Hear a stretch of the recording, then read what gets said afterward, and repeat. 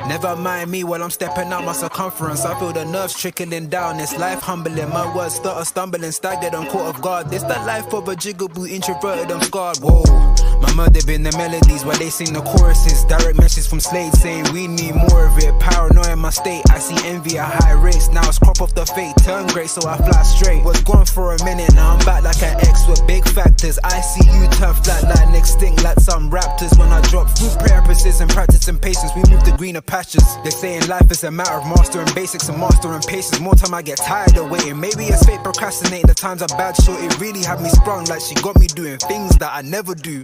You thought that we connected when in fact it was trauma bonding. Just leave it up to me to break the rules, never corresponding. My childhood filled with fence climbs and knee scrapes and bikes and kicking it by the street signs. The older I get, I'm trying to lessen any screen time. The bounce back heavy, I rock steady on climb. This one's a fucking loop, the news will pick and choose whatever truth they wanna give to you. I cannot stomach it, so I poop. Oops. When life turns sweeter, the lemon mouths get louder. But I'm amplified with ghosts from God like that boy Fowler. Working like I got that point to prove. But truth be told, the proof is right in the pudding, no point to lose.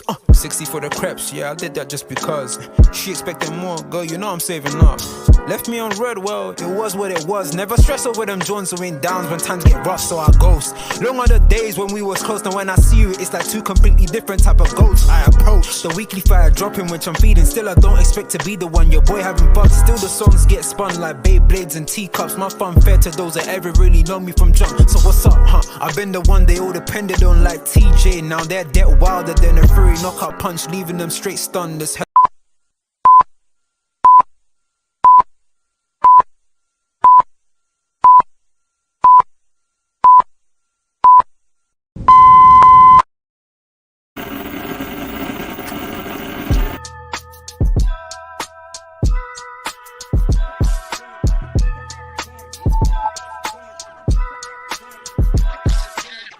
Through the lot, now you know I'm coming through. When the growth look good on you, best believe they wanna screw now. I've been trying to climb, devil threw me in the dark. Baby, don't be insecure, you can still go make a mark like blow. Could never let them drain my soul now. Blow. Table turning like doorknobs, wow. Blow. I think I'm about to set sail. I'm a walking, living legend, walking with my chest out. Life keeps dealing me cards, I keep feeling it. Woo! What's going on, people? Good morning, everybody. Good morning. We are back. You know the vibes. You know the ties. G. As you can see at the bottom, we're here for a match reaction. Europa League, Liverpool. Yes, we will get into every single thing. Guys, please make sure, before we dive into anything, please make sure you're smashing that like button. Please make sure you're sharing and subscribing to the damn channel. I don't even know where we should even really begin. First and foremost, I hope everybody's blessed this morning. Hope everybody who is and isn't a Liverpool fan had a very, very good sleep, regardless of the result yesterday. And I hope everybody woke up well this morning, looking to attack the weekend. Big up everybody in the chat. Let me run through a couple of the comments and then, yeah, we can just dive into it, to be honest with you, because I know everybody, I know a lot of people got a lot of things to say. And again, guys, keep commenting in the comments. I'll run through as many as I possibly can. Big up Stephen in the building. That was early in the morning. I think I saw that this morning when I woke up and I was in the back office. I said 3 o'clock. I said, bro, go to sleep. Unless you're not, of course, in the UK. Big up H in the damn building. Big up Ends. Big up Irie in the building. Yeah, big up Honesty. Honestly saying, gee, we all know everything is Darwin's fault. Darwin fault. Endo is moving like Yamcha. You know Yamcha. Yamcha used to be cold, you know. Goku could never defeat Yamcha. He could never ever defeat Yamcha. Yamcha was actually strong, old school. But then we got to remember, Goku was a child these times, and then in the end, we saw how that kind of works out. Darwin's fault. Joe was Joe Spice. It's Darwin's fault that Szoboszlai lost the ball in the midfield. Yep, we'll get into that, people. We'll get into that. Big up Hollywood Rock as well in the building. We're not really that good, in all honesty. Passion merchants, but if that's not there, we look devoid of ideas. That is harsh. Big up Scraps. I thought this was meant to be the bounce back after that United game. I feel we all thought this was going to be the bounce back. I can't lie. Will be the same thing for the Palace game as well. I don't know. I don't know. Big up social joins in the building. Don't do cope, G. You man were on City and Arsenal. Don't do cope today. Just give credit. You know, I always give credit. I give credit when we win games. Do you know what I mean? When we win games, I'm the only one who's giving credit to the other team for their tactics and stuff like that. But we'll get into all of that. Regardless, personally, I think it's on Klopp. 6 changes and it affected the fluidity of the team. Still missing chances. And that's why I ask, is it really on Klopp? Is it just on Klopp? Who knows? Angel, just watched it again. The defending and positional awareness was schoolboy level. The midfield had cement boots on. Klopp at some point must address the defensive flaws in the system. So let's even just get into it.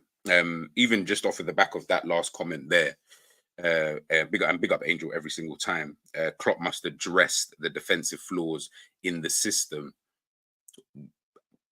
When we weren't conceding goals, so to speak, even though we're still conceding chances, but when we weren't conceding goals, did we really look at the defensive flaw in this system, kind of thing, or did we not really care? I feel like it's more the latter. I feel like most people, not you specifically, by the way, Angel, but I think most people kind of just didn't really care. They just saw it as, okay, well, we're conceding chances, but we've got the attack. The attack will save us. And, you know what I mean? Attack. Eventually Salah will score. Eventually Diaz will score. Eventually Nunez, Gakpo, Jota, whoever, someone will score because we create a lot of chances. Of course we do. You know what I mean? We create so many chances. But ultimately, in a game like this, with the way that Atalanta were playing and the way that the mentality and the intensity and all these kind of different things, the way that it kind of panned out, it wasn't really that, if I'm being 100% honest. So, yeah, I think it's just one of those things. It's just one of those things with Klopp. This is his system. People didn't complain about it before, but these kind of results, in my opinion, they're there. They're in the back of your mind. They're like, yeah, a result and performance is kind of there, but ultimately, until you see it, it is what it is. Angel saying Gakpo was excellent, by the way. I wouldn't say excellent, but he was good. He was definitely good. Honestly, G, you know what's crazy? It won't surprise me if we go and win in Bergamo. Yeah. I've already said it. Yeah, I mean, you can't. Liverpool are probably the only in terms of English teams, Liverpool are probably the only team in England that unless it's like a 6-0 loss or something like that. But if it's anything up to 4 from what we've seen, or anything like that, I feel like we'd be calm. Honestly, I'm not calm, but I think we could come back and it just wouldn't surprise you. You won't sit here and be like, oh, right, what Liverpool made the comeback. Nah, you'll be like, that's typical Liverpool. Klopp, I'm assuming this is a statement that he's obviously said. Can we win in Bergamo? Yes. If we play good, can we win 3-0? I have no idea. No, we have to recover. We must feel really, really bad. It's important. That was a bad performance. That's how it is. I'm assuming that says. I agree. I agree. Like honestly, I don't know what else to really even say in regards to that. Anfield and Van Dijk, if you don't have belief, there's no point in going to Italy. Of course, he's a professional footballer and he's the captain of Liverpool Football Club, one of the biggest clubs in the world. I expect him to come out and say that anyway, to be honest with you. Outside of Bundesliga, Euroleagues are super tactical. Coaches really do their homework and execute 100%. And even myself, you guys were here in my match preview. I thought we'd win 3-1. I thought they would definitely score because we concede regardless. Doesn't matter whether it's Sheffield United or Atalanta or Manchester City, we will concede a goal because that's just the makeup of our team. But I did not expect that performance, even with the lineup that I saw. I wasn't really. I definitely wasn't even really thinking that. But no, let's just get into it. All right, so 3-0. We already know. I'll give like an overview and we'll go through a little bits and bobs. In my opinion, it was a very, very, very, very poor performance from Liverpool. Obviously, this is how we lined up. We had Tsimikas, Van Dijk, Konate, and Gomez at the back there. Wataru, Alexis, and Curtis Jones. Cody Gakpo, Darwin, and Harvey Elliott. Obviously, Mo Salah, Jota on the bench. I think Trent was on the bench as well. Robertson, of course, on the bench.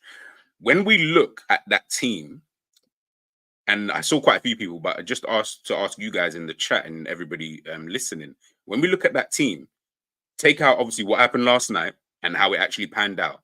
Did you generally sit there and think that team would perform in the way that they did? Did we really all sit here and think, yeah, nah, that team's kind of dead? Yeah, nah, we're definitely not winning the game, or we're not going to put in a good performance.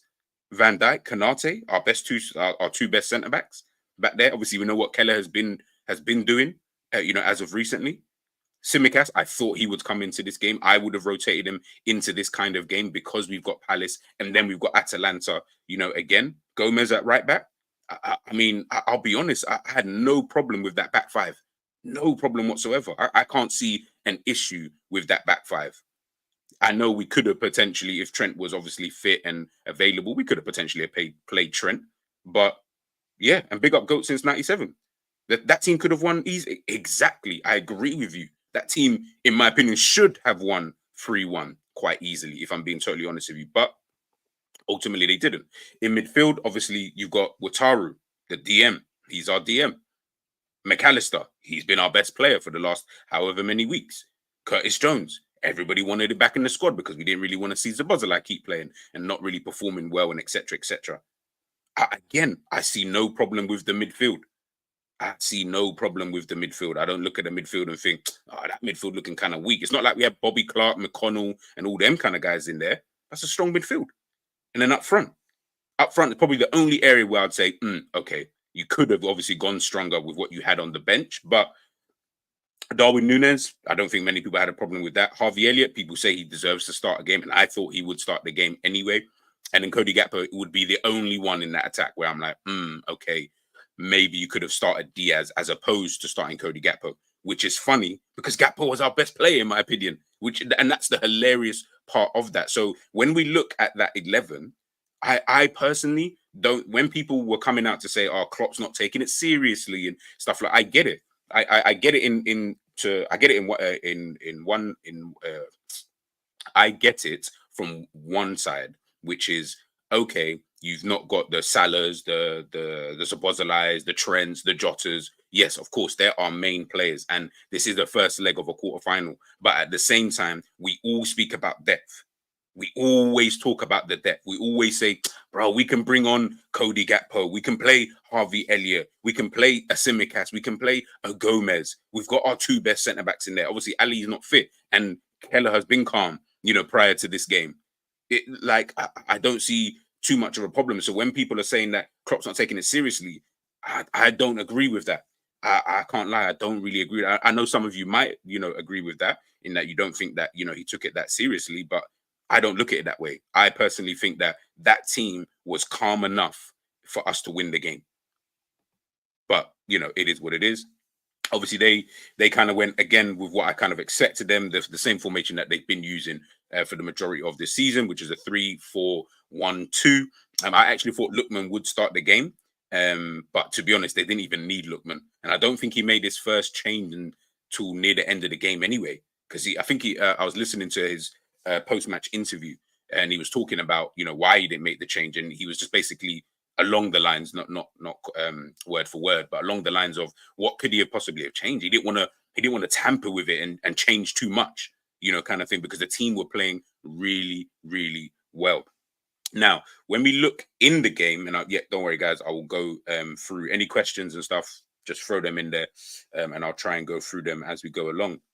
When we look at the game and how it kind of panned out, bro, that man-to-man marking that these guys were on, it just seemed like, I can understand there looked like there was a level of complacency from the team. There definitely did, in my opinion. There looked like there was a little bit of complacency where we just kind of thought, yeah, we should be calm enough to kind of go there. We should be able to play at home. We've got the players on the pitch. If we really need it, we can bring the players off the bench at halftime, play our normal game, etc. Atalanta weren't coming here to play, though. They weren't coming here to play. I promise you that. They were coming here to really do a real job. And I think someone mentioned it there, social, about the tactical element of these teams. They've watched us. We play the same way. We don't really change. It's not like, oh, they might play this way today and they might play that way. It would just be more down to personnel. They probably thought we'd go. They probably thought we'd go a little bit stronger. I would say that much. But in terms of the style, the formation, and everything like that, they know how Liverpool's going to play. Everyone does. You know what I mean? We know how most teams are going to play because you do your homework. They do your research. They knew if they did the man-to-man marking that it would unsettle Liverpool. Now, what I think, or in my opinion, what I believe they did really well, which is what I've been saying all season, and you guys have watched my match previews, you've heard me on channels, I've said it before when it comes to Liverpool. The reason why, in my opinion, we start so well in the second halves and things like that is because usually the opposition don't usually keep to what they were doing in that first half. Usually they tailor off, they get tired, they're not really trying to, it's those extra 2 yards or even extra yard. They're not really there anymore because they've put in such a monumental effort in that first half. Atalanta, though, nah. The whole game was the same game plan. Same game plan. Hit these man on the counter, but on top of that, because we're doing man-to-man marking, obviously there's going to be times when certain players, they're going to lose the ball. Obviously you're hoping for that anyway. Certain man might lose touch or might just a misplaced pass or whatever, and then we can nick the ball and then we can keep going. And obviously where you've got that 3 at the back, and obviously it kind of turns into a 5 at the back when Liverpool are attacking, it was so rigid. It was just so, there was no space for Liverpool. And I said before the game, Liverpool need to come up with ideas that are not just kick it long. What did we do in the game? We kicked it long. That's all we was doing. Kelleher, because of the man-to-man marking as well. But every time Kelleher got the ball, it was just kick it long, kick it long, kick it long. Obviously, trying to get Liverpool further up the pitch. I get all of that. But guess what? When you've got a 5 at the back, and I know the way that these Italians are, we should know this, that these guys are going to be rigid. They're going to be difficult to break down, kind of thing. They're really going to be difficult, to break down. So if we are going to be doing those kind of tactics, we need to make sure in the midfield we're winning that ball. That second ball, when they've obviously potentially got the first header, that second ball, we need to be there. There can't be two ways about it. We have to be there in that position. If we are not there and they pick up the ball, that's when you start seeing, the Ruggieris, the Zappacostas. Remember him? We start seeing them flying down the wings. Then you've got Coop Miners, who's almost had like a free role, in that midfield. I say attacking midfield, but he was kind of everywhere. He was kind of doing his thing because he was just like, well, ultimately, it's going to be difficult for them to try and pick me up because obviously the way that we're playing is going to unsettle them in such a way that I can almost find pockets of space, as we saw later on with his chance that he Kelleher, obviously saved. So that the whole tactics from Atalanta, excellent in my opinion. That was a real European away performance. Real European away performance. You go to one of the toughest grounds, probably the toughest, but we'll say the top 2-3 toughest grounds to go to in Europe, and you go there and school them 3-0. Crazy. Absolutely crazy. Made us look so mediocre. It made us look like we were the rookies. Like you would have thought that we were Atalanta and they were Liverpool. Because it was such a professional performance. Obviously, we had chances. Of course we did. We're Liverpool. We're going to have chances. And we'll get onto those chances in a sec. But it's just one of those kind of things, man. But honestly, it's just Liverpool are just... I've seen this game 100 times before. Like, especially this season anyway. I've seen this game. We've had performances a bit like this. The difference is that Harvey Elliott shot, it goes in. The difference is Núñez doesn't fluff his lines. The difference is other chances that we've had, we usually score them. Or not usually, but we will score them in more often than not. It's only been in recent weeks, really, where we're just not scoring anything. But we will score these kind of opportunities. And that potentially changes the complexity of the game. It might change their game plan. It might change what they're trying to do and et cetera, et cetera. I get all of that. But this is the difference. When that doesn't happen, what are you then doing? When the other team takes their chances, how do you then look? We had it against Brentford. We've had it against West Ham. We've had it against Wolves. We've had it against Newcastle. We've had it against so many Bournemouth. We've had it against so many... I could reel off the games. From when I've just reeled off 3 games off the top of my head and I haven't even thought about it because they're just the first 3 games that popped into my head. That should tell us something, right? That should tell us something that, okay, this isn't one-off. Now, the difference is we've been winning these games. So, of course, there's something in that as well. I'm not going to discredit the whole team and say, oh, yeah, you've just been shit. No, we haven't been shit all season. I don't think we've been good all season performance-wise. We've had some really good games, some meaty games, some real shit performance in terms of like the genuine performance of the team kind of games. We've had a full mix. I don't like the lie that people try to say, Liverpool haven't have been great all season. No, we have not been great all season. We've won games. We're great at winning the game. The performance that's left to be desired. But if we're talking about winning games and trying to come back in games and whatever the situation is, then yeah, Liverpool are really, really good. At that. Atalanta were missing 2/3 of their main starters in the game. 2/3 of their main starters.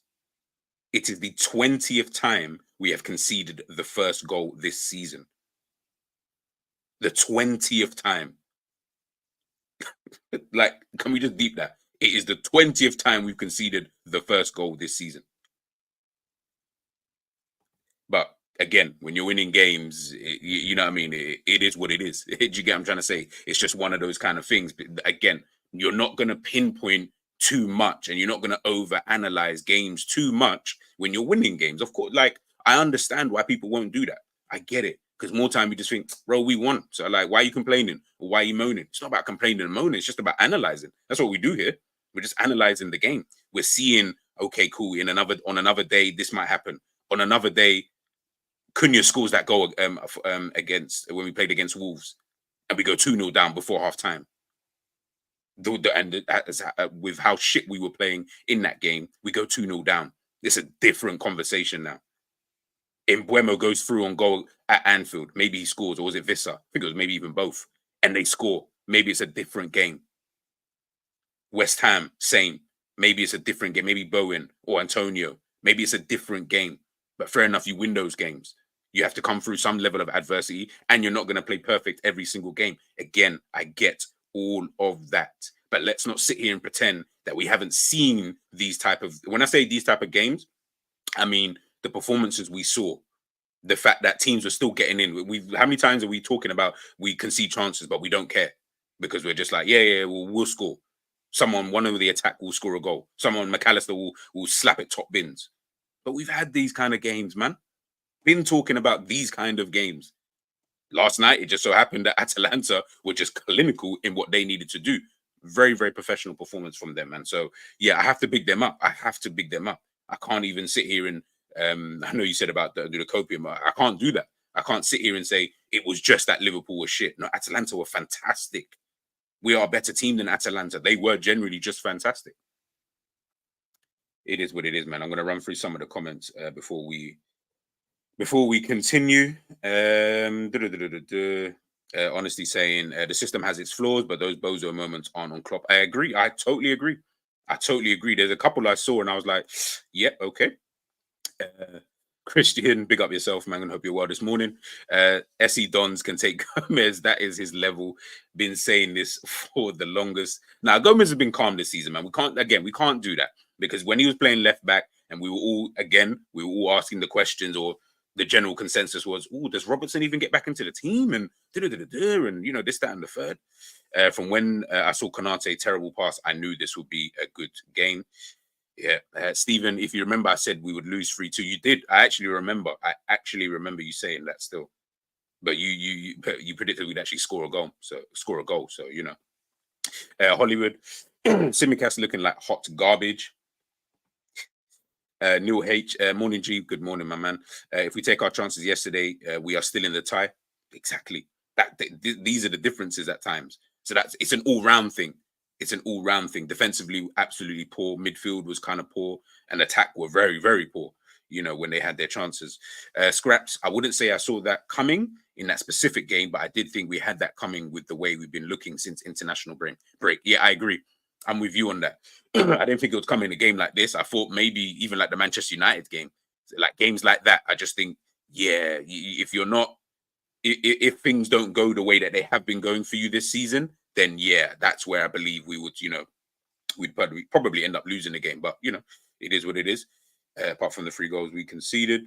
Christian, before the game, I said Liverpool should have started strong because Atalanta cannot be taken lightly and not be complacent. But again, I ask you to look at the screen. Do you think that's a weak team? Like, do we think that team shouldn't at least have done better than they did? It's not like the subs were even pulling up any trees when they came on anyway. You get what I'm trying to say? So, it is what it is. G, is it Klopp tactics or are we in bad form? It's only 2 games. So bad form, no. For me, form is when you start hitting like 4s and 5s and you ain't 1 and 4. Like when Man City went for a little period of time when we were top of the league and they were like however many points behind. Yeah, that's when I'll start saying, yeah, that's poor form at this current moment in time. 2 games, no, I wouldn't say that is that's poor form if I'm being 100% honest with you. But I hear why you would say that. To be honest with you guys, please make sure you're smashing that like if you haven't done so already. Angel Gakpo was the best player on the pitch. He created 5 goal scoring opportunities for us. Yeah, I agree. Neil, the players didn't look tuned in to how important the game was. Yet, like I said, I feel like there was a bit of complacency within the team in a general sense. I definitely think there was a bit of complacency. Gramps, big up Gramps, man. Hope you're well this morning. The players let Klopp down. We've been beating teams with weaker starting 11s. Exactly. This is what I'm saying.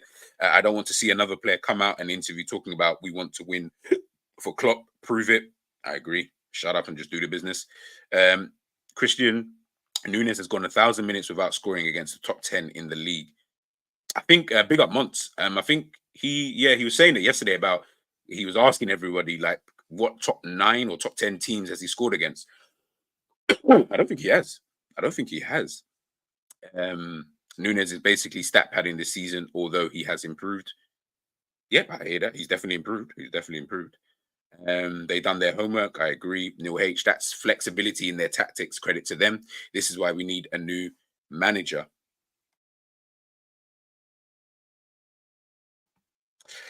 Yeah, I'm gonna leave that one alone. Hollywood Epstein lookalike did a number on Klopp. Brother, did anyone see the Atalanta manager? He was calm throughout the whole game. He was calm throughout the whole game, like literally whole game. I didn't. He was just like casual. You know, he was smiling a little bit, like yeah. He just looked calm. Christian, this is why I'm happy Klopp's leaving because there will be no loyalties. Again, we'll touch on that later day. Big up Jerry, the gaffer in the building. What's Jerry got to tell me or ask me? Question: if we don't win the Europa, does that mean Klopp out?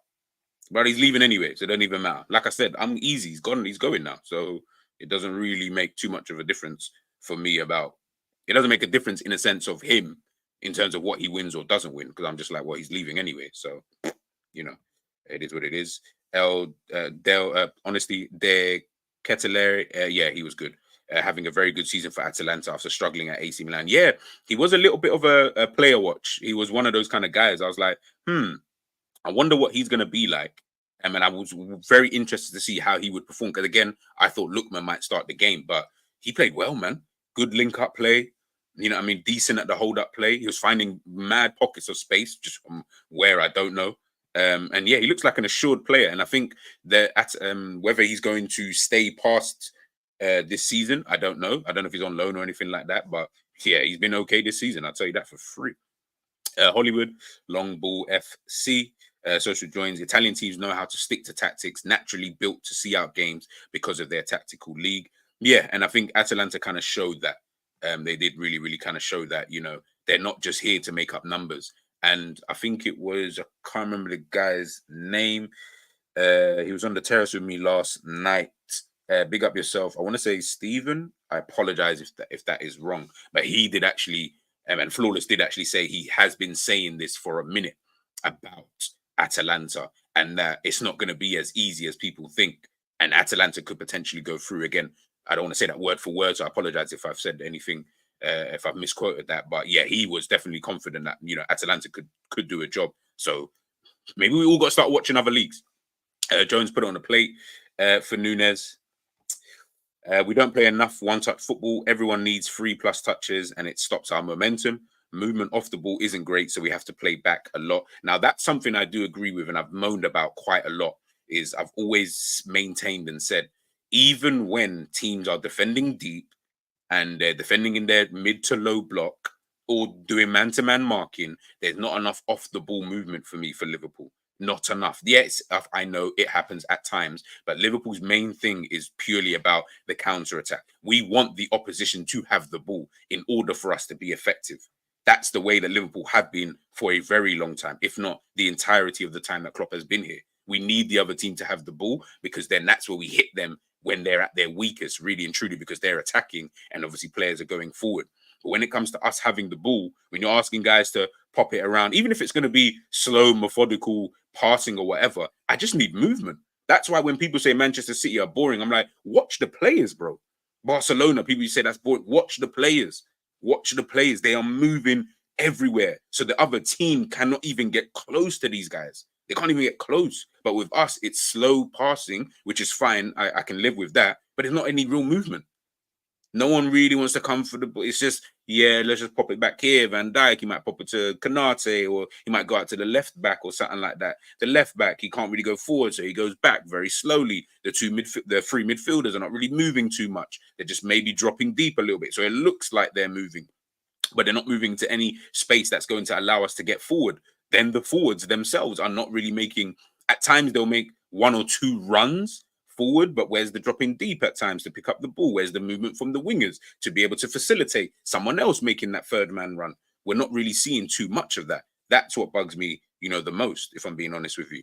Big up Klopp Talk TV, guys. Please make sure, good brother, man, make sure you guys head on over there to subscribe to his channel, please. Christian, Klopp is the most overrated manager in the last 20 years, and it ain't a debate. Listen, these conversations will definitely be had come the end of the season, but not based off this game, but just in general. G, do you think we could use a left-footed centre mid to bring a bit more balance to how we move the ball in the middle? How players receive the ball is important. I agree with that last part. How players do receive the ball is very important. Hence why when you see a Bernardo Silva, a David Silva, in that middle of the park, it just, maybe it's just more aesthetics more than anything. When they do receive the ball in certain areas of the pitch, they look a lot more comfortable than, say, someone who might be right-footed, So there could be something in that, but I do believe, listen, you can have a whole midfield full of right-footers and they should all be competent enough to be able to receive the ball on the half turn in kind of most areas of the pitch, if I'm being totally honest with you. And there shouldn't be a panic kind of thing. But I see where you're coming from, though, Gramps. I do generally see where you're coming from. Nunes, Jones, Elliot, Gomez, ordinary players. We need a defensive midfielder. Please buy João Paulinho from Fulham. Please buy quality players. Do what City do. I'm gutted. I knew we were going to lose. I don't know, man. I don't know if I think... I'm not going to lie and say I said 3-1 before the game. So I'm not even going to sit here and say I thought we were going to lose. Gramps, we can't go overboard and think everyone is trash. 100%. We can't do that. Because when we were winning games, no one thought anybody was trash. Nunes was just on a purple patch the other day. Before, I think Enz was telling me, was it just before the Sheffield United game? Before the Sheffield United game, Nunes was on a purple patch. Goals and assists. People telling me, yeah, he's class, he's world class, he's this, he's the most effective striker, he's this, that, and the third. But we know what he's about, though. We know what he's on. It is what it is, man. It is what it is. Let's get into some of the stats. And yeah, please big up everybody who is inside at the moment. 70% possession, 19 shots, 5 on target. They had 7 on target. They had 30% of the possession and they had more shots on target than we did. Yeah, okay, cool. You take that what you make of that, sorry, what you will. Make of that what you will. 11 shots off target. They only had 2. Like I don't really know even what to say half the time anymore, because I'm just like, yeah, okay. They had, I'm gonna even zoom in myself. They had 7 big chances in the game, people. This is what I say when we talk about the way that Liverpool play. These things do happen. Obviously, last night was just the culmination of a bunch of different things. But we see teams, not 7, I don't think I've seen 7 against us this season, but teams will have big chances against us. They missed 5 of those. They missed 5 of the 7 big chances that they had. And they won 3-0. But we concede chances anyway. Hence why I say, when we're talking about the analyzing of the game, I'm not going to sit here and pretend like we haven't been talking about this for time. We have been talking about this for time. This isn't new. This is literally Liverpool. That is just the way it is. That's why I'm not trying to do the overreaction like, this, that, but I've been saying this. And I don't even know how. Like, I don't know any other languages to say it any differently. We've been like this. We've been like, and that's why I agree with what you said, Scraps, about a result like this was coming. I've been sitting here just not waiting because I don't want us. I don't want us to lose 3-0. That's dead. Like, bro, we've been getting bantered all bloody night. And today we're probably going to get bantered. In fact, we're going to get bantered until we face them again, and we have to go through now. That because the banter will not stop. But we've been talking about this though. But like I said, when you win games, no one's going to look at it like that. No one's going to see it like that. It's just going to be, we won the game. So that's it. It's done and dusted. It's cool, etc., etc. So, you know, like I said, it's just one of those kind of things, man. This is our average position in the game. I mean, yeah, kind of just, yeah. I mean, it is what it is. Kanate, obviously the furthest man back, not including Keller. Van Dijk in there. Yeah, Gomez. I don't even know. He's just out there doing up whatever. And we'll take a look at Gomez in a minute. Nunes, obviously the furthest forward. You know, in that kind of system. This is Atalanta setup.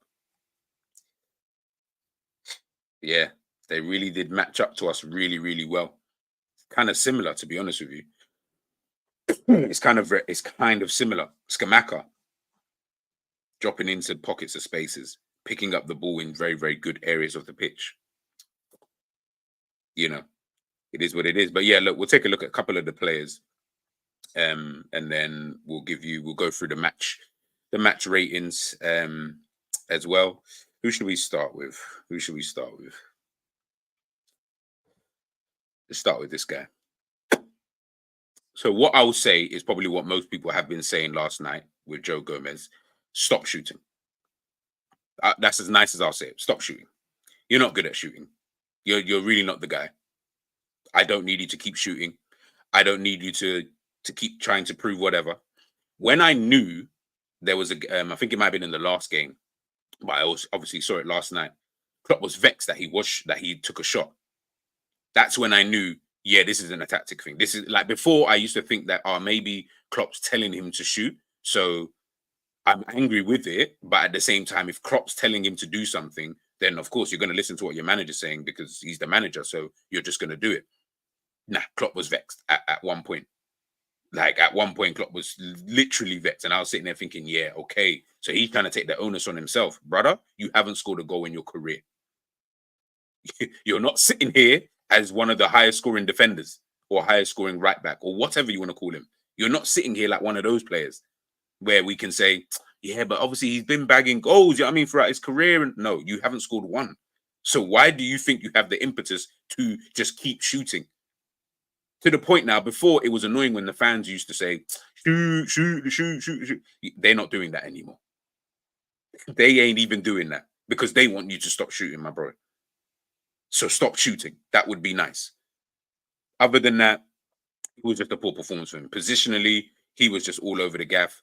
We saw obviously for the goal that that they scored, that Skamaka scored, like between him and Kanate, it was just like, what the hell is even going on here? Like, what is it you guys are even doing? Because it just looked like nobody knew what the hell to do. Nobody understood where they needed to be. You get what I'm trying to say? No one really understood from that kind of point of view. Like, oh, right, like, who's picking him up? One of you's trying to play the offside. Have you spoken to your other defender? Have you communicated this? Has Joe Gomez looked across to be able to see? Because Skamaka was in acres of space. Acres.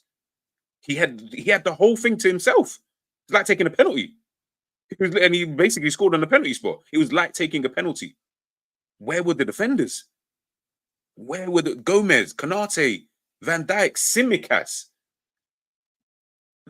Like I didn't even understand it. Like when he scored, he didn't like. He even looked like he was baffed. You can see the picture there, under where it says subscribe. You can see the picture. He looked like he was baffed. Like man was like, I didn't even know. Like, am I offside? You tried to play the offside. I assume I'm gonna give them the benefit of the doubt in that situation. Maybe they tried to play the offside, but there has to be a level of communication between either Gomez or between both of them, Gomez and Kanate, in regards to, so who's picking him up though? Because he's free, regardless of what we're trying to play the offside. Even if you're not even gonna like literally stand next to him, who's even aware that he's here? Gomez would be the one that I would look at in that kind of situation because he can see him. Kanate obviously can't see behind him, so Gomez has got to communicate that. If he has, I don't know. Obviously, I can't hear what they're saying on the pitch, but there just seemed like there was literally a lack of communication. Demo, and this is what I'm saying. That's why I'm giving them the benefit of the doubt. They probably just tried to play him off. But remember, there was the first pass prior to that was into the winger anyway at first, and then they played it into the box. So that's why I was like, okay, so is anybody going to? Is there any communication? Van Dijk, are you communicating? Cool. Maybe you can't do that in that situation. No problem. Gomez, you can see everything across from you, so you just need to communicate that, or you need to mark him. You need to mark him because you can see him, but you didn't really do that. So that's where I was a little bit baffed, if I'm being 100% honest with you. But you know, it is what it is. Honestly, saying Joe G was moving mad.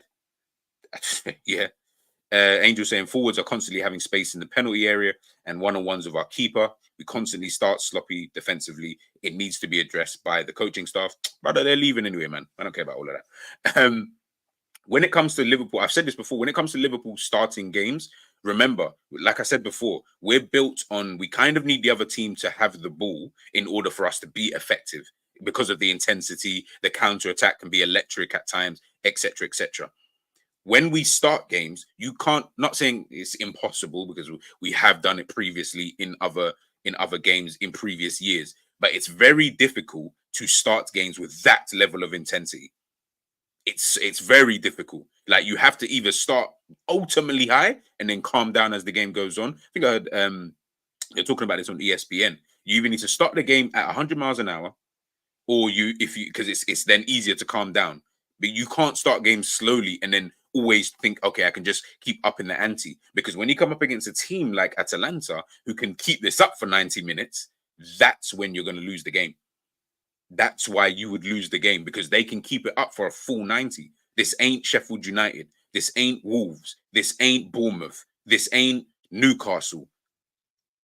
And I'm not saying that these teams couldn't potentially beat an Atalanta. What I'm saying is in their system, because they've clearly been drilled and this is the way that they play, because they've been doing this for so long, they can keep this up for 90 minutes. That's why going away there to their ground, I'm like, they might be a bit techie with certain things. It might be techie. I'm not saying we can't win, but it just might be a little bit techie.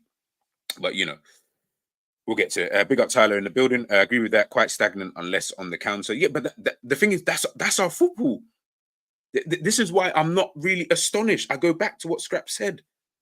You kind of knew something like this would happen if a team played like that. And that's, excuse me, that's how a team would need to play against a Liverpool. Keep it up for 9. That's easier said than done, by the way. That's not an easy thing. Like Liverpool are very relentless. We at some point in time we will have chances. Harvey Elliott, obviously Mo Salah offside, Darwin Núñez, a couple of times. We will have chances in the game. So of course that's where you need us to be clinical. That's where we need to be as efficient as Atalanta was in the game, because we give up quite a lot of chances anyway. So we need to make sure that we are being clinical. Difference is we would need to have like 30 shots. And out of that 30, that's where we score our goal. So it's about the volume for Liverpool more than anything. We need to have 30. We can't have 3 and pray that we score 3. That's not, I can say that's not happening with Liverpool. Tell you for free, I've never seen it. Under Jurgen Klopp, I've never seen that. It just doesn't happen like that. But now we do need the volume of 30 shots, and then we can go and we're social joins. Football people really only watch EPL. That can't be right. That's sus. Not even a little bit of other leagues. Poor. No, but it's true though, bro. It's true. It's blatantly true. We know this. I'm definitely not sitting here trying to say I watch every single league. I watch every single game. No, I don't do that. I ain't. Who's got time? I've got a child. I ain't got no time to. I ain't got the time in the 24 hours of a day to be watching all of that.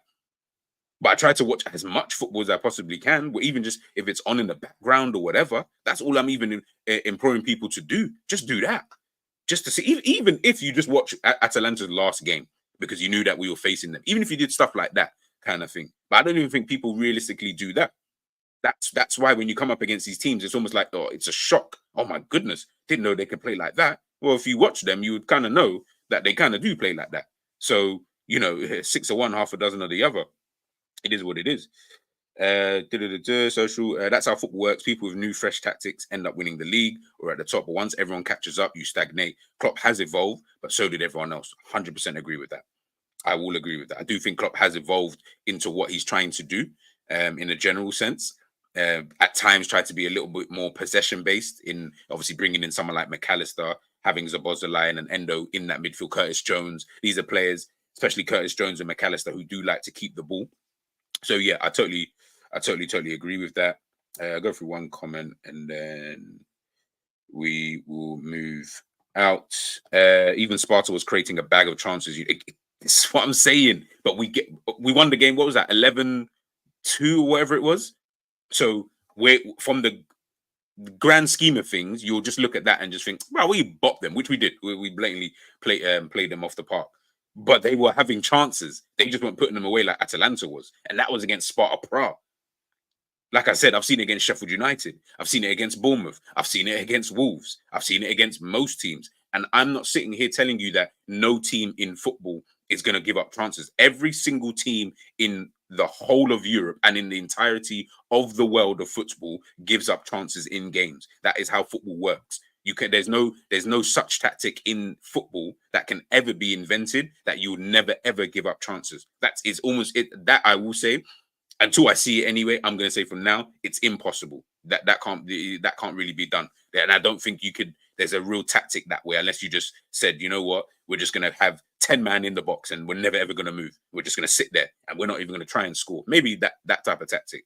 But in terms of trying to actually win a game of football, that's never going to happen. So every team does. Bayern Munich, look how many chances they're giving away. Manchester City, look how many chances they give away, even when they are at their best. It might not be a lot, but they give away chances. Barcelona, in their pomp, were giving away chances. Not as much, so you don't notice it, but they're giving away chances. So we do give away chances. The problem is we give away too many chances. So you're giving the opposition way too many chances to be able to score goals. Yeah. The first 5 minutes, Angel. But it was like the first 2 minutes. I think I wrote it down in my. I took notes during the game. Save from Kelleher, 2 minutes. Obviously, I wrote, was it a foul on Elliott? There was confusion in the back line. That was in the first 2 minutes of the game. That's usually what happens. We start like this anyway. Teams usually, Sheffield United, I remember when we kicked off the game, they were getting forward into dangerous areas. And no, Sheffield United had that chance. What am I talking about? They had that chance that Kelleher had to save. They had that chance that Kelleher had to save. If they scored that, again, it's the same thing. This is what I'm saying. This is why I'm not trying to, I want people to understand, and you guys know me anyway, that it's not about being reactionary, because you know I've spoken about this. And forget me speaking about it, you have seen this with your own 2 eyes, that this is how Liverpool have started in games previously anyway. We start sloppy defensively. Sheffield, was the same. It can't go on. Big up Kula in the morning. It didn't look like Klopp and the team did their homework based on that lineup and performance. I think, yeah. Maybe Kelleher was concussed from that face save. maybe. Let's take a look at another player. Who should we go to? I'll go to a bit more of a positive. Gakpo. I thought he started the game very well. Very, very well, linking up really well trying to link up really well with Darwin Núñez. He was picking up the ball from deep, playing in that. He was basically doing that Firmino role that we know, and that we're quite synonymous with at the football club. Picking up ball in that attacking midfield area, but very good at driving with the ball, very good at getting the team up the pitch, then popping it off to whoever he needs to, whether that be Elliott, whether that be Darwin Núñez. He's really linking up well. And he looked like he had a point to prove. And I think that, not to say he proved it or anything like that, but he started the game like that anyway. He started the game like someone who was like, yo, come on, man. Like, I need to get back to the form that I was showing when I first joined Liverpool, at the midway through last season. And he was showing that today. This was probably his best half of football for months and months. And he wasn't even all that, but he was just better, obviously, than everybody else. So Yeah, I liked Gakpo's performance. In a general sense, I thought that was calm. We'll take a look at Nunes. Look, and the reason I'm choosing him now is because I want to try and skip over him as quickly as possible.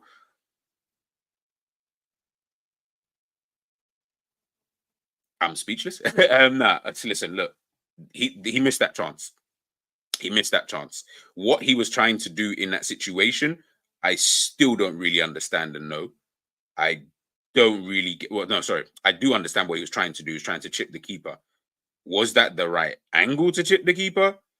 I don't really think so. I feel like you had two options because of the way the ball kind of came to you. You either had to go round the keeper or you had to open up your body.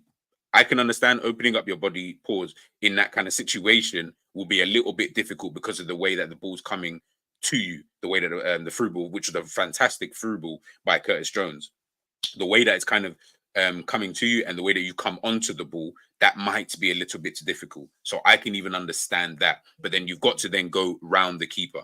If I'm being 100% honest with you, you have to kind of go around the keeper. Like, or you've got to do something other than whatever it is that you did. That's all it is. You've got to do something because whatever you try to do in terms of chipping the keeper, nah, for me that didn't even make any sense at all. Didn't make any sense. But it is what it is. Also, he had the other chance as well. That one was difficult. I'm not really crashing it on him for that. Like, yeah, that wasn't. I know people. I don't know if they call that a big chance or not. I didn't really check, but yeah, that one was a bit difficult. The way that it kind of came to him, anyway. So I wouldn't even look at that and expect him to score that. Maybe get it on target, yeah. And maybe if it's on his right foot, maybe he does get that on target. Maybe if it's from the other side, then yeah. But yeah, that one was pretty difficult. So I'm not going to get onto him for that one. But the first one, I would get onto you because you should be doing a lot better than that. A lot better than that, Nunes. Um, Look, Nunes is Nunes, man. Like, I don't even know. There's not really even any point in going so deep into Nunes and his whole thing because that's just how he is. Like, he misses these kind of chances. Like, we've been saying that, but again, I guess most people are just happy, and those who go to the game religiously are just happy that he works hard and that he runs a lot, and he shows passion, and when he's on the bench, he screams a lot, and he's like a cheerleader, and all these kind of various different things. Fair enough, but that's Nunes, though. That is Nunes in a nutshell. So for me now. I've just reached that point where it is just more. You just got to accept it. And again, this isn't to talk like it's his fault because it isn't. Yes, he should have scored, in my opinion, from that position. But I don't think it's his fault that we lost the game, though. I wouldn't say that. I would say that he did try. He was trying at moments in the game, but I'm not gonna sit here and act like, yeah, that was all him kind of thing. But you know, it is what it is. We'll move on to another player anyway. Because like I said, I don't want to go too far into Nunes. McAllister, yeah, it wasn't his best game. Like I said, in that midfield area, it just seemed like everything was a bit cramped, tight in there. He couldn't really gain too much control, in my personal opinion. He wasn't really at his influential best. I know he had that shot that he obviously had over the bar. Other than that, in terms of anything of note, I didn't really see too much of Darwin of McAllister. Yeah, just couldn't really get into the game. I understand why Klopp kept him on because you hope and you pray that okay, he might be able to unlock something. But yeah, it was, in my opinion, a poor to meaty performance from him. So yeah, definitely one to forget for Alexis McAllister. Who else should we go to? I think we'll go to one more player if I've got him up here. Endo. Yeah, Endo.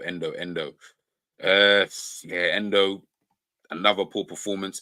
Tom mentioned something actually last night on the terrace about when Endo receiving these passes under pressure. At times, my bro, you just look like in the last couple of games. By the way, obviously, of course, we know how good he's been this season for us. But yeah, in the last couple of games, and especially last night, you could not receive that ball under pressure. It just looked like every time you were trying to receive the ball.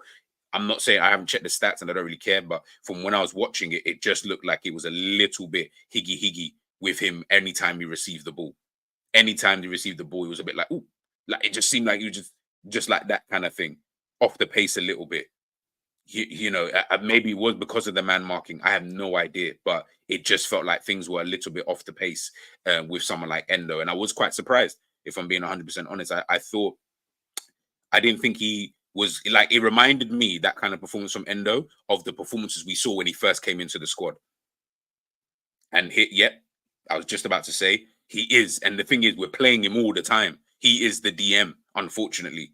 Unfortunately. So we're playing him literally all the damn time, every game. Yeah, he's available. You play him, you play him, you play him. And again, players are going to have these moments within like 10 games, for example. You're going to have moments where you're really, really, really, really good, meaty, or no, really, really good, calm, meaty, dead. You're going to have those. It'll be dotted around, not in that specific order. It'll be dotted around. So I'm not looking at him and thinking, oh, yeah, he's finished. He's this.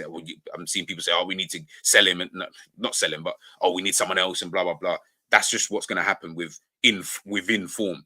Very rarely are you ever going to see someone have 10 perfect games, 7 perfect games. It just, those kind of things just don't realistically happen. So, yeah. Angel's asking, seriously, I don't know why Dan's hadn't remained in the squad. He looks like a finisher. Yeah, I hear it. Demo, of course, I knew he was going to say this. What a ball that was from CJ. Darwin messed up man's meds. Yeah, I know. I knew he was going to say that anyway. I knew he was going to say that. Just take a quick look here. Let me get this up. Again, guys, big up your damn selves for everybody watching in the building. Make sure you are smashing that like button, please. So yeah, here. Boy, when I saw this, I was just like, yeah, you see, down the flanks for Atalanta, they were having so much joy down the flanks. It was like they just thought, yeah, this is calm. Well, this is what Liverpool. Yeah, of course, we know what they're like. We know they want to get their fullbacks pushing up high or inverting, one of them potentially inverting. So we know that we can hit them down the flanks. And when you've got those two wing backs in those positions, of course it's going to help, especially if you're solid in the middle and you've got a bit of a release and they are the release. And then you've got De La Keta, whoever his name is, Keteleri. I don't know how you pronounce his name. When you've got him up top, Coop Miners floating in around, Skamaka at times floating in around, all three of them were just finding pockets of spaces. So that's always going to happen. Hence why they don't need to go through the middle. It's so congested in there. It's going to be the flanks. And they're both, the left obviously a bit more than the right, like a tad bit more than the right-hand side. But that's how it's going to be. That's how it's going to be, especially Tsimikas side. I would argue both. I would argue, like, and I mean, it shows it here. Like, it's just a little bit more down our right-hand side. Obviously, it's their left and it will be our right. But I would argue they were both kind of equal. Like, they were just finding joy down there anyway, because we positionally, we were just almost all over the gaff. We were literally all over the gaff. So, yeah, man. Oh, let's see what Klopp had to say. I just took a little snippet. Again, it's just a little quote. So don't kill me, guys. Boom. Klopp. It was a really bad game. Oh, my God. I'm here just saying congrats to Atalanta. We lost the plot a bit. Yep, you could see once things just started to look a bit pear-shaped, especially at 2-0, you could just see, like, and this is where I look for the leadership of players, not just Van Dijk. He is the captain, so of course it's going to be him more than most, but I do then look for that leadership to see, okay, how are we really looking? We lost the plot a bit. 0 positives to say. We were everywhere and also nowhere. That is like, that's probably one of the best little snippets of quotes I've seen from Klopp in a long time. We were everywhere and also nowhere, because we were literally everywhere, but at the same time we were nowhere to be seen. I'm gonna have to use that for something one day. But yeah, listen. All in all, it was a really, really poor performance from Liverpool. Really, really poor performance. I mean, I can't say that, you know, any more than that. This is obviously Szoboszlai. This was the chance that, you know, well, this is the goal, sorry, that they scored, him losing the ball. He wasn't that much better when he came on the pitch anyway. So again, I'm not necessarily going to crash it on him in terms of, oh, we lost because of him. He was just as poor as everybody else in the middle of the park. But of course, we'll talk about him in a sec. But yeah, guys, honestly, man, that was poor. But let's just go through the player ratings. Let's just do that. let's just do our player ratings. Guys, make sure you are smashing the like button. All right, let's get this up. Got it ready? Boom. Boom, boom, boom. Yeah, guys, get involved in the chat as well. Let me know what your player rating is. Your player ratings is for the game. Yeah, make sure I got it correct. English. I'll go through a couple of the comments before we get into it. Big up Sal. Finally, we're getting exposed as to what we are. It's not just Endo, guys. The guys like Gomez and VVD need rest and rotation. I'm already dreading the 4 away games in a row. Their performance drop off a bit. Yeah. That's true. Christian saying, why didn't Klopp bring on Dan's? For me, Nunes would be a better left winger, Jota and Dan's as the striker. Unless Jota leaves or Dan goes on loan, I see an addition on the wings. I don't know who though. Of course, that's going to depend on the manager that we bring in. But I do agree that's going to be quite an interesting one. Quite an interesting one to see. But anyways, Kelleher. Emo saying 6. At fault for the first. No, I say at fault. Should have saved the first goal. That was very, very poor keeping by his standards. So, he will get a mark down for that. Made a couple of saves. Obviously, Koopman is going through on goal. Overall, I mean, really and truly, it was just really that save.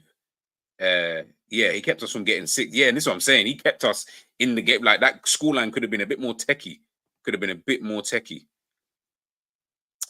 I'll give him a 6. Yeah, I'll give him a 6. Joe Gomez. Jesus Christ. 70 made good saves. Yeah, I know, but because the goal, I have to mark him down a whole mark for that. If I'm being honest, because you should be saving that. Like, it's not even like that was maybe on another day. No, like, you generally should be making those kind of saves. The other goals, yeah, he wasn't at fault for, to be honest with you. But Gomez, guys, let me know what you think about Gomez in the chat. Demo saying 3. He was poor though. He was poor. He was genuinely, in my opinion, that's been probably one of his worst games that he's had over the last few days. Shambolic. I would give him a. Can I say he was average? Nah, because it wasn't really an average. It was a poor performance. I'll give him a 4. I don't think it was a 3. I feel like 3. I'm gonna reserve that for someone else. Yeah, and yeah, true. You're right. The shooting all the time. Yeah. That was starting to piss me off. Positionally, he wasn't really there. Okay, you know what, Demo? I'll do 3.5. Kanate, that brother was poor, man. Kanate was poor. Again, positionally, poor. Outside of being positionally poor, I just felt like even on the ball, wasn't really like great passes going out for throw-ins and stuff like that. Looked very unsettled, trying to deal with the 3 forward players. Alongside VVD, wasn't really assured and stuff like that. Yeah, I'd say 4. VVD. Yeah, VVD. One of is probably his second poorest game I've seen for a while. Leadership was not there. I'm sorry, VVD. I'm sorry for all the VVD fans out there. The leadership was not there. Like, in the defense. Forget like the team. Obviously, I do expect that as well. But from a defensive standpoint, yeah, that was not there. You was not marshalling that defense at all. And even at times, you looked unsettled. That's what bugged me the most. Was you're supposed to be the calm head. There were moments when we're trying to get the ball back and he's just jogging. He's being his calm self. And that pisses me off at times. Obviously, players like that, because of aesthetically, they're going to look like, bro, he's not even trying. And I get it, because I'm kind of a player like that. And I will frustrate people in that kind of sense, where it might look like I'm not trying, but I am trying. It's just maybe not to your liking, or it's not done in the way that you want it to be done. But in general, when the team, I just need to see a bit more urgency, potentially. I don't know. But yeah, I just wasn't feeling his performance at all. So yeah, 4. Simicast. I would give Simicast a 3. If I'm being honest with you, I would actually give him a 3. I thought he was the worst out of the back 4. It just seemed like, I mean, for one of the goal, for the first goal, I believe it was. Yeah, for the first goal. Where was you? I understand. Yeah, the team goes, like I understand that, of course, we go high and we go wide and stuff like that. I do get all of that. But there's high and wide, and there's, bro, you're not even remotely close to even being able to get back. Like, you're not even, usually, sometimes Robbo does it, he'll go too far forward, and you're just like, bro, but he's still close enough to be able to get back, at least in the camera shot. You're not even that close to get back. Like, all over the gaff. And that's just for that goal. I didn't feel like he played well at all. It felt like he was someone who had missed quite a few games, hadn't played for a little while, hasn't really got no rhythm, very unsettled on the left-hand side / their right-hand side. I felt like Zappa Costa, and again, Coop Miners, because he was finding pockets of spaces out there. I felt like they were playing a bit too easily around him in that kind of area. And I just feel like with someone like Simicast, he does need a rhythm of games. I'm not going to say, oh, he's shit, because he's not shit, but he needs a rhythm of games in order for him to be able to perform a lot better than he did. And I just felt like he just really, really didn't. Timo said, Timo, you're being more harsh than me on these ratings. I hope you guys are seeing that. Angel's also saying too. Kula saying leadership hasn't been there since league, especially in tough games where the team is struggling, e.g. both Manchester United games. Yeah, I've spoken about VVD's leadership, if I'm being honest, but I don't want to get shouted at by certain people. All right, you know what? We'll give him a 2. That man are saying a 2. We'll go with Alexis McAllister, saying he's next up. McAllister, I would say that he was average or just above average. Like, then I do mean just above average, but I do think, again, in the middle of the park, he just wasn't really doing much. He was everywhere but nowhere at the same time. He's actually that analogy. He was everywhere but nowhere at the same time. He was trying to, of course, get on the ball and do certain things, but I always keep saying this about McAllister, and I know he's been fantastic, and people are saying he's the best in the world, and etc. etc. But I always say with McAllister, he is gonna, when Trent is not there, he's gonna dictate that tempo one way or another. And he's either going to dictate the tempo or he's going to be able to control that tempo. Whatever it is, that's what he is there to do. So when I don't see it, I do look to him. It might be a little bit harsh, but I do look to him. And in a game like yesterday, where they weren't exactly playing like at 100 miles an hour and they weren't like moving the ball at like crazy speeds where you're like, Jesus Christ, we can't even keep up. I'm looking at him and I'm saying, off the pace, not really tracking your man. Sometimes weren't really getting back into position. Sometimes you did, but sometimes you didn't.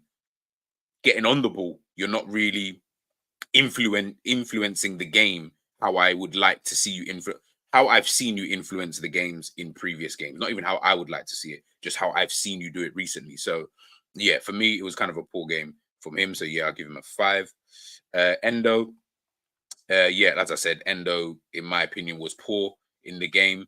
Like I said, it's just one of those kind of things. I think it was Angel who said he might just be a little bit leggy, or someone said he might just be a little bit leggy, potentially. But at the same time, yeah, there's some of the basics. And Savage always mentioned this about, forget formations for a minute. It's just really about the basics. 5-yard passes, tracking your man, being in a certain position that, I mean, you should, as a professional footballer who's playing at this high level, should just be in. Yeah, he was all over the gaff. So I would give him a 4. Curtis Jones. See, Curtis Jones, outside of that pass, I don't think he did anything else. I don't think Curtis Jones did much else in the game. I really didn't. Yeah, I'm trying to even think. I don't remember Jones in the game like that.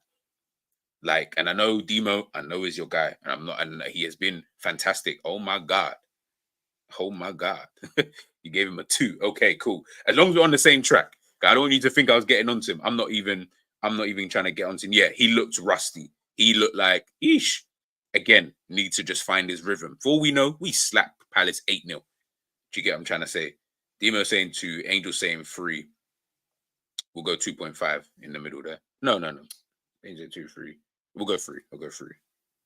Because I thought, nah, but was he as poor as? Yeah. Nah, he was poor. I was trying to give him the benefit of the doubt, but nah, I thought he was kind of poor. I don't remember him being anything else.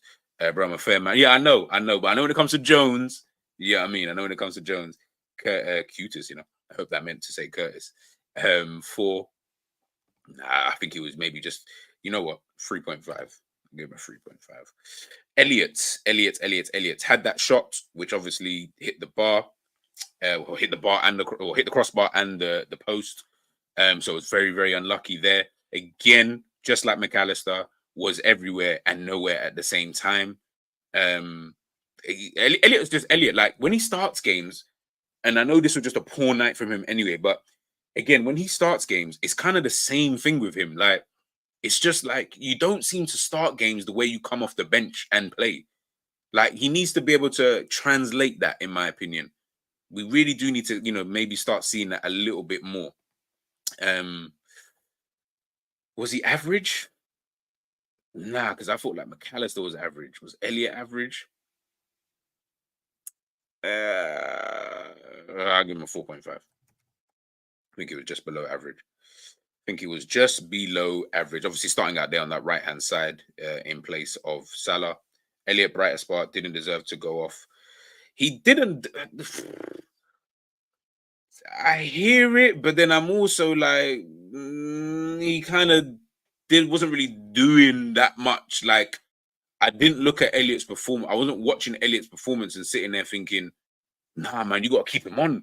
Like, if you're going to bring him off for Salah, in my mind, I'm like, well, yeah, I'd much prefer that. It's not like he was playing blinding and then you're like, nah, he didn't even deserve to go off. Even though, yeah, it's for Salah, he didn't even deserve to go off. Like, in my mind, I was like, yeah, take him off. Yeah, take him off. The shot that hit the bar gives him an extra point. You know what? I'll be fair then. I'll give him a 5. We'll go to Nunes last. Gakpo, as I said before, I felt like he started the game really, really well. And to be honest, throughout the entirety of the game, I thought like he was generally trying. Like he actually, anyone could come off except for exactly. Literally this. Gakpo was the one that you can't come off because you're in some type of rhythm. You're actually playing with some type of impetus, some type of intensity and stuff like that. Picking the ball up from deep. Trying to play those passes to Nunes, trying to link up well with Harvey Elliott, trying to link up well with the midfield, kind of thing. And it's like you was trying all of these things, but the players around you weren't really doing anything. And that was probably like the annoying part of all of that, if I'm being totally honest, because we've crashed it on Gakpo, and I think rightly so for his performances recently. Funny how he was the best player on the pitch when everyone else's performances were shit. Made big up Stefano. Made 5 chances in the game. We saying what, a 7 for Gakpo? I know Angel's saying 8.5. I don't think it was an 8.5. I wouldn't go that far. 8.5 is like, yeah. I'll go over 7. I'll still go over 7. Because there was a couple of times where he's losing the ball when he is trying, but he's still losing the ball at times. So I'll go over 7, and that's going to be the highest score anyway. I'll tell you that for free. All right, last but not least, Nunes.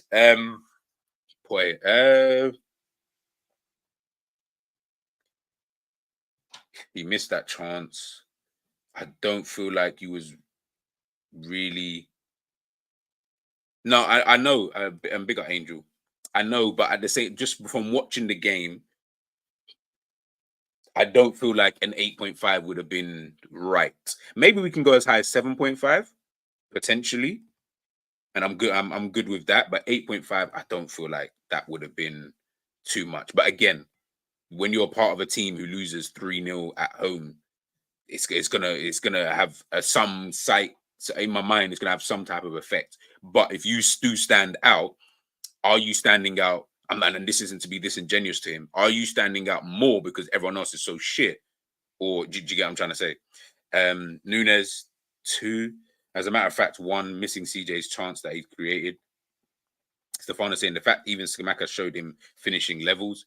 Yes, he was calm with the finishes as well, bro. Like, he was so calm. Scamacca. Nunes. Was he the worst player on the pitch? Because you men are saying 2. So do you guys think he was as bad as Tsimikas? That's what we're basically saying. Are we saying he was as bad as Tsimikas? That second Skamaka goal, Darwin misses potentially. Listen, I've seen Darwin score goals, the goals like he did against Newcastle, and then I've seen him miss like he did against Luton. So what left wing Nunes now? Now Nunes is just a shit striker. 3 for Nunes. Yeah, that's the kind of number I was looking at, was like 3. I feel like still better than Tsimikas, but Jesus Christ, you were the worst attacker. And that's because of the chances that you're getting in the game, unfortunately. And that's the thing with Darwin Nunes, is that if you are getting some of these chances, when we're this is why and big up ends if you're in the building. This is why I asked you when we talk about like Salah leaving, and we'll talk about the subs. Yeah, and I agree, it wasn't as bad as Costas. When we talk about Salah leaving, that's why I ask everybody, are you confident in these guys? Because I ain't. And I'll say that from now, I've never, ever been confident in any of them, bar Jota. And I don't trust Jota because I don't trust 2 players in the squad at the moment anyway, which is Konate and Konate and Jota, because they can't stay fit. But they're so good, but they just can't stay fit. But outside of, say, Jota, we'll take him out of the equation. Can we really trust anybody else? Can we realistically sit here and be like, yeah, I trust Nunes in those moments. I trust Diaz in those moments. I trust Gakpo in those moments. I don't think so. And I think Liverpool fans, if we're being honest with ourselves, I think we never could really trust them. And I think we always knew we couldn't trust them. The difference is, and I've said this before, because obviously they're still all kind of going through their own levels. All of those attackers, bar Salah, who's obviously a world-class player, all of those attackers, when they go through a purple patch, their purple patch is crazy. And that's just what I was getting onto. I was fine with Nunes until the last 5 games. In an important part of the season, he sucked just when we need him to shine. In purple patches, these guys they're crazy. They are absolutely crazy. Nunes will get you goals and assists. Gakpo, when he does play and he can get you a couple of goals, here and there. Diaz will get you the assists, he'll get you goals, and he'll chip in here and there. Purple patches, these guys are solid. So it looks fantastic. But you guys will know, and you've seen it this season, all of them, including Salah, have all been inconsistent. But they've all had a period where they've all, at one point or another, some of them have overlapped, but at one point or another, they've been good for a period of time. And do you realize when one of them is really, really good, it's usually only one. And for, let's say, we'll use Nunes. Let's say it's 10 games that Nunes is really, really good for. What will happen is the rest of them are not good in that period of time. He's good. He'll be really, really good within that purple patch. Then it will start to wane like it has. And then someone overlaps that period of time. Someone will come in game 6, game 7. And then they'll start saying, okay, cool. Now I'll start to be good. Nunes will still be calm in that 10-game period, but it might just dry up a little bit. He might not score as many or might not assist as many, but he will still be effective in whatever way he needs to be. But then someone overlaps. Then the next person takes up. Now Nunes goes back to being shit for the however many games. The next guy takes over. The next guy takes. It will always overlap. It's usually after about 6 games from what I've seen this season. It always happens. It's very rare that maybe for 3 or 4 games at most have I seen the attack this season where all 3, whoever's played, have just been on job. I've not really seen it this season. What I have seen is one person is usually on job. He's on job for time. The rest of them are, I wouldn't say they're not on job. They're just, whatever, blah, blah, blah. We keep picking holes in certain things, but they need to do better in this instance. Diaz got to do this. Jota's got to do that. Then one of them, bang, they just come into form. And then they start to take over those last 4 games of the guy who was really in form. And then it just continues like that. And I think that's what we've just been seeing the whole season. The whole season. Hence why, and again, like I keep saying and I keep reiterating, you guys have heard me say this all season. Forget even this game. I know this is a match reaction for this game, but forget that because you've heard me say this. But again, when I'm doing the videos, or when we're talking about it in spaces, on shows, and all these kind of different things, it's but the attack are calm. I'm not saying they're not calm. They are calm enough because clearly we're joint top of the Premier League at the moment. we're still within a shout of potentially going through to the Europa League. We've won the Carabao Cup. So, of course, they're going to be calm. But maybe now they're just going through that period of time when they're not really clicking, so to speak. But it is what it is. Question, big up Cooler. He's asking, what do you think can be done to be more defensively solid for the rest of the season? While the midfield and attackers are rusty and out of form, we can at least win games 1-0. What I think can be done won't be done. Is Klopp would have to change the way his kind of style of play. He would, I wouldn't even say drop the line or anything like that, but in terms of the fullbacks, as an example, he's going to need to start making decisions on what it is that they actually do. I know we want Trent back in the squad and Trent needs to come back into the squad, but if he's in there, I don't see much changing defensively with Trent in the team. Like, we're not all of a sudden going to get better because Trent's in the team. Attacking wise, we'll have more chances. He will create all the chances and stuff like that. So maybe the volume of chances will go from 30 to 40, and maybe that will give us enough chance to score goals. But defensively, nothing's going to change in that sense. But it'll be something to do with with the fullbacks. Definitely something to do with the fullbacks, because this leaving two men at the back all the time, high risk, high reward. Yeah, cool. Well, you didn't get that reward last night. Stefano saying, and the commentators are getting boring now. Nunes needs to improve his finishing, etc. Yeah, but the commentator, bro, you got big up Steve McManaman, because I do kind of like him, or I liked him as a player. But bro, like, these are the people who are on. Do you know what I mean? Mandem calling Nunes the avatar, disappeared when we needed him most. I hear it. Afternoon, Aaron. Afternoon. Hope you are well. Please, as he said here, guys, smash the like button, man. Smash the like button. Yeah, big up hens in the building. Jesus Christ. LC Aaron, thinking on it, this is a good time to part from Klopp. We need refreshing. Oh, guys, we're gonna have this conversation. Don't worry about that. Don't worry about that. We'll have that conversation another time, but not for today. But yeah, that's my player ratings. In terms of the subs, I don't really do sub player ratings. They're all dead. How about that? None of them impressed me in that way for me to even give them ratings anyway. So you can give them whatever you want. So we've got Kelleher at 6, Gomez with a 3.5, Konate 4, Van Dijk 4, Simicast with a 2, which is the lowest.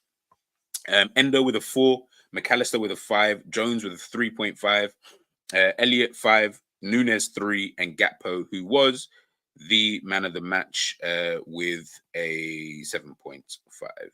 Let's put the team captain on there.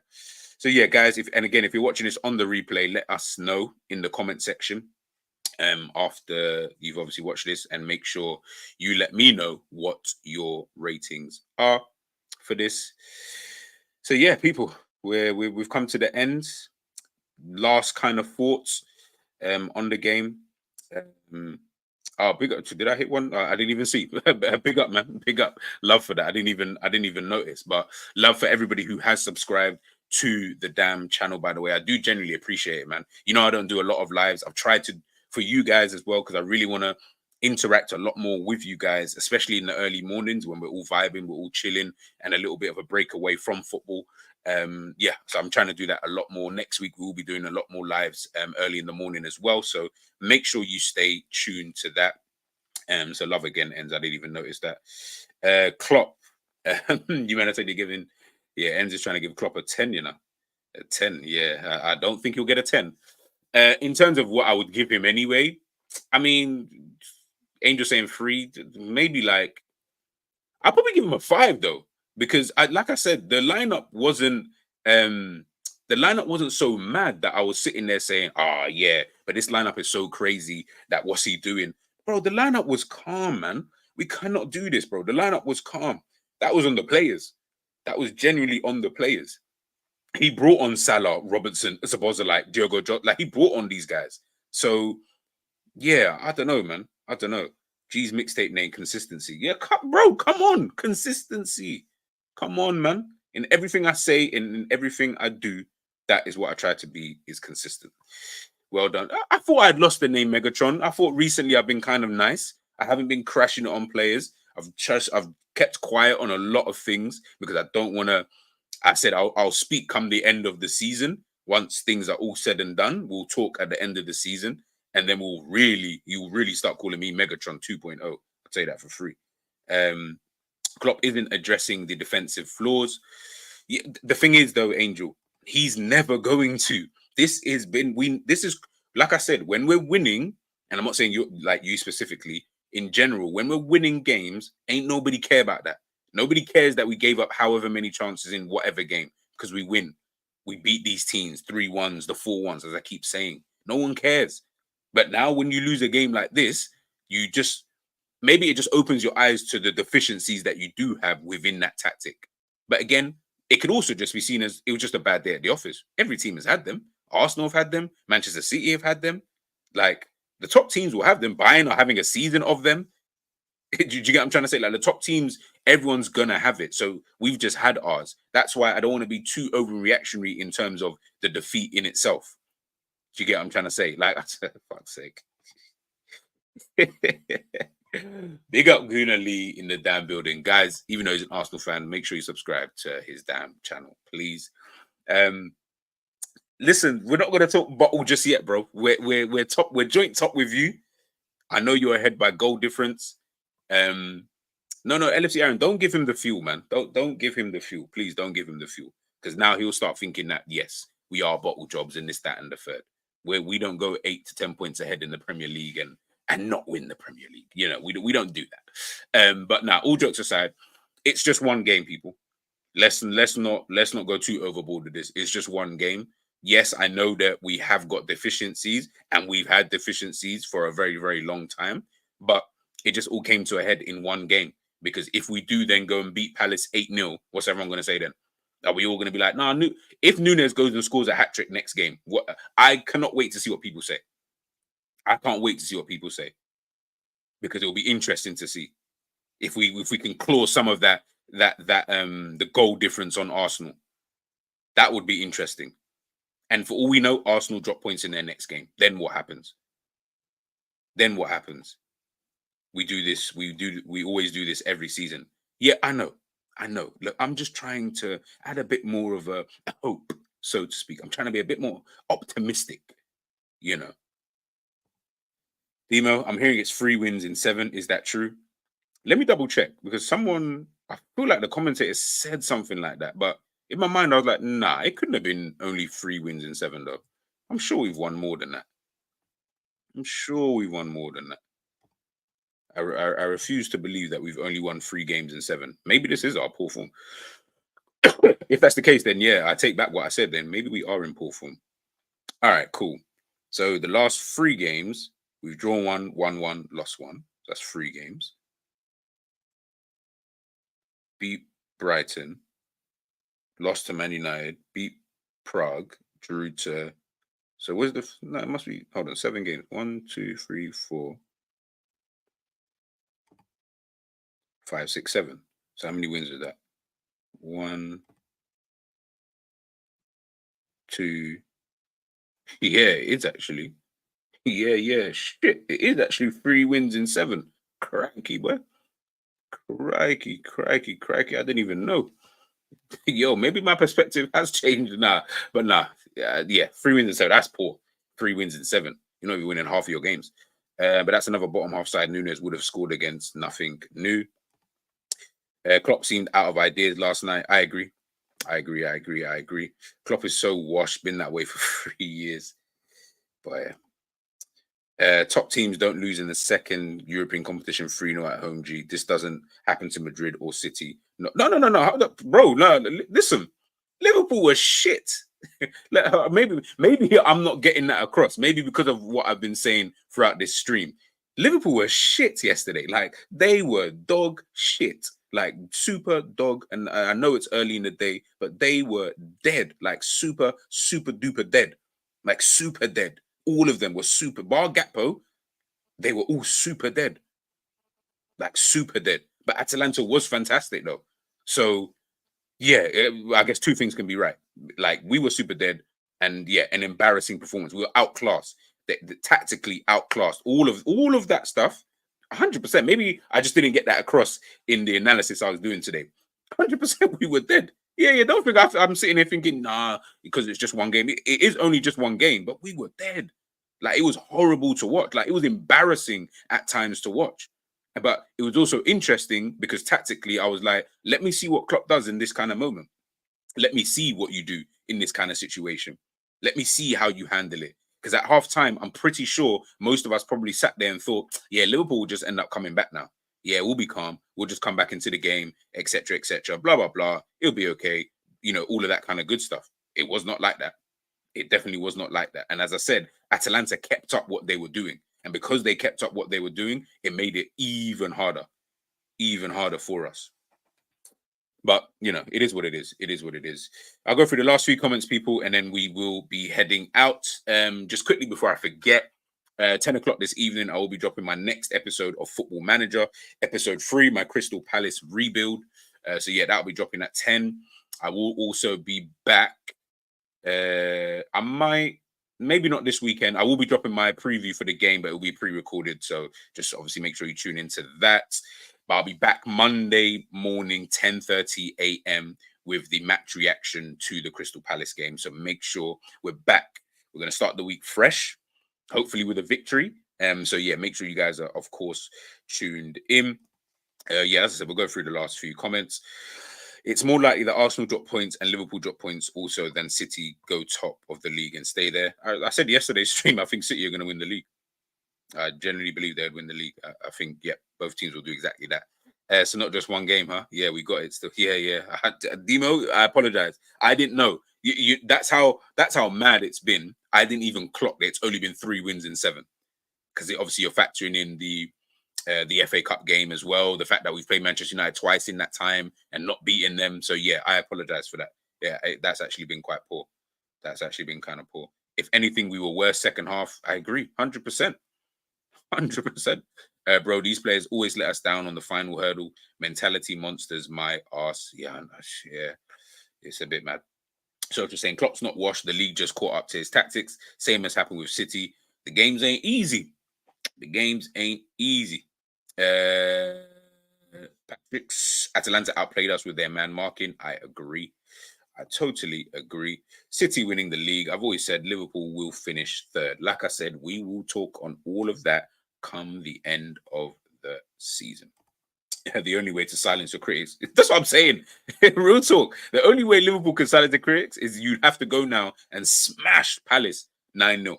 Luckily, it's at home. There was actually one thing I wanted to speak about. Supercomputer has spoken. There was actually one thing I did want to speak about because obviously the game is at home, and it was something that kind of popped up quite a lot on the timeline, and Klopp spoke about it as well. Was in regards to like this whole the whole flag situation, the ticket prices and stuff like that. Now, unfortunately, it's hard for me to get a ticket to games. Like I've been lucky in this season and in recent times where I've been able to go to a game.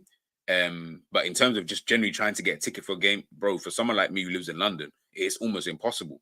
Did you get what I'm trying to? And that's a lie. Not that it's impossible. The prices to get a ticket are mad. Where you're like, I'm looking on the hospitality thing for Liverpool for our last game of the season. It was like over a bag, and I was like, man, which is £1,000. I was like, that don't even make no sense. I'm not paying no £1,000 to see that. Do you get what I'm trying to say? Like, that's loose. I wouldn't do that for most things, to be honest with you. But people were trying to use the atmosphere inside Anfield because of obviously the fans wanted to protest. By the way, do your thing, fans. I'm not here to tell you anything about that. If you want to protest and you have every right to do so, do your thing. Not a problem at all. My only issue was purely with the fact that people are trying to say the atmosphere, obviously, because people are protesting against that, is why the team were then playing bad. Nah. The two go hand in hand. We know what Anfield is like. The two literally go hand in hand. So if the team are playing bad, the fans are not necessarily going to be just jumping around and whatever. But at the same time, the fans need to make sure that when they are there, that they're always supporting the team, regardless of what's actually going on. From when you had Klopp at one point in time turn around to the fans to kind of try and G them up, yeah, that's when I knew, you guys are definitely, today or last night is definitely a bad performance all round from both the players and the fans, kind of thing. But I can't sit here and crash it on the fans and be like, yeah, it's because of you didn't make that atmosphere, the red tear. Nah, because you need the players to also help with that atmosphere.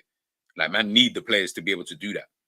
And if they ain't performing, it's going to be difficult to G up. And when we say they're not performing, you might be trying and stuff like that, like we see with like a Nunes. But when you're seeing that some players didn't even look like they were trying, you know, it just looked like it was all over the gaff. Yeah, come on, man. Like, it's certain things like that, you can't. That doesn't really wash with me. So yeah, I'm not trying to get onto the fans because I don't look at it like it was their fault. I'm blaming solely the players. I'm solely blaming the players for that atmosphere anyway. I think it was more their fault than it was the fans. Last week comments, people, and then we'll get out. I hope the players are angry this morning. If they aren't, we got bigger problems. Yeah, for real. The only way we can respond to that shocking performance is beat Palace by 7 goals at least. Yeah, I hear that. Mateta scores first and cause panic. I'm sure, bro. I can fully see that. I can fully see that. Nigel here for the Megatron settings. Nah, bro, I've been calm today. I feel like people will say I've been kind of calm. I've just analyzed the game. Do you know what I mean? Like I said, I'll save all of that for the end of the season. We'll get to that. Don't worry. Don't you worry. We'll get to certain things and we'll talk on certain things come the end of the season. But for now, let's just analyze the games, and I have more videos anyway where we'll talk about certain players and we'll look at how they've actually really been and etc. etc. So yeah, just make sure you keep your notification bells on. Angel, let's be honest, FSG could fill the stadium 3 times over. They are bound to raise prices. Exactly.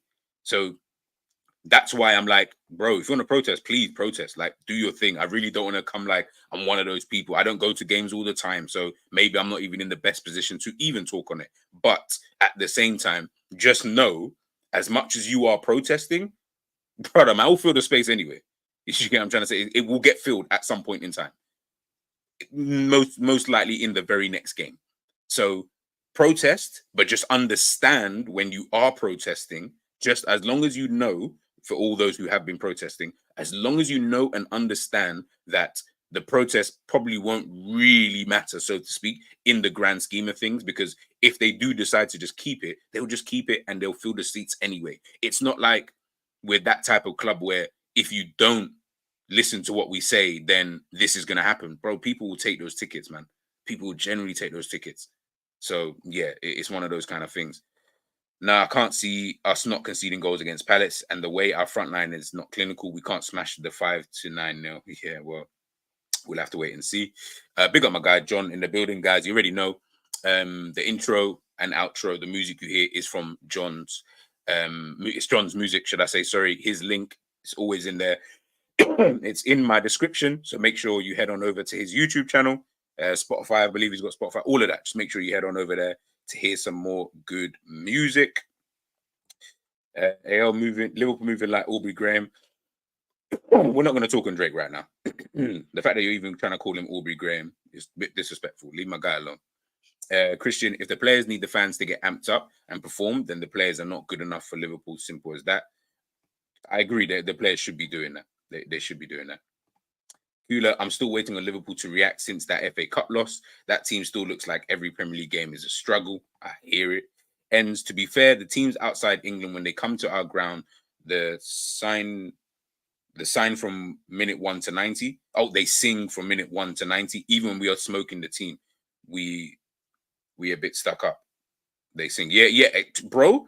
Sparta Prague. Man beat them 11 something on thing. Their fans were going in. And the thing is, I never understand. No, sorry, I do understand it because I've seen European football.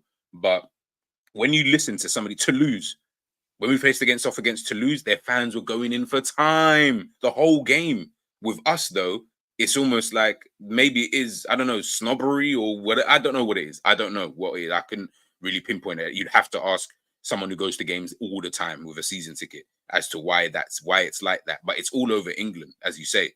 All over England. Fans are always like that. But in other countries, they don't play like that. We're singing from minute 1 to 90, and that's it. There is no, oh, we're losing 8-1. All right, cool. We'll just start singing about losing 8-1. Like, it's just one of those kind of things. John saying, brother, the writings were on the wall with that game at home to Brighton. The team has hit dead form at the wrong time. I know. And that's scary because both Manchester City and Arsenal are in good form right now. That's the bit of a mad thing. Does Origi have a buyback to Barbana Origi, bro? I'm not trying to see that dead dude in the team. Bro, chat to John, man. Chat to John. John's got the music, bro. That's what I'm saying. I only want to play John's music. I don't play no one else's music. Big up Marianne in the building. I hope you're good this afternoon. That the last few comments. We need ultras, is what John's saying, because the atmosphere ain't atmosphering. It's true, bro. I keep saying England need them. You know the thing is, and what I'll say about Arsenal, as much as we will laugh about they obviously the songs that they might copy from Liverpool fans and all the other stuff, they've tried, like, in the games I've been over the last 2 years, this season and last season, the game, should I say, that I've been to, the atmosphere was good because they seem to have like a section. I don't know what they call them. Again, I have to ask Arsenal fans. But it's almost like they have a section that's almost designated to that. I wouldn't call them ultras. Again, I don't know. You'd have to speak to Arsenal fans to really find out because I'm not really sure. But it seems like they're at least trying to make the atmosphere inside a bit more like that. To me, anyway. I'm not saying other clubs don't. Crystal Palace do it, by the way, as well. When you've been to, when you go to Crystal Palace, they've got that kind of ultra vibe when you go in there, regardless of really of the score. Yeah, it's going to be relatively the same, but it's kind of like that. Liverpool, I just don't feel we have that at all. Bro, Arsenal, the atmosphere, can't lie there. Yeah, that's what I'm saying. And it was last season they really upped it. I don't know where it came from, don't know why it came there, but their atmosphere is really, really good at times. Yes, at times it can be like the library, but it's been, when it's good, it's really, really good. Marianne, the ultras don't take any prisoners. Nah, not at all. Not, bruv. The ultras will come to your office. I saw Napoli last season. The ultras came when Napoli obviously won the league. The ultras came to the bloody not stadium. They came to Spalletti's office to give him some. They gave him something. Can't remember what they gave him. I was like, brother, what? Is this what goes on?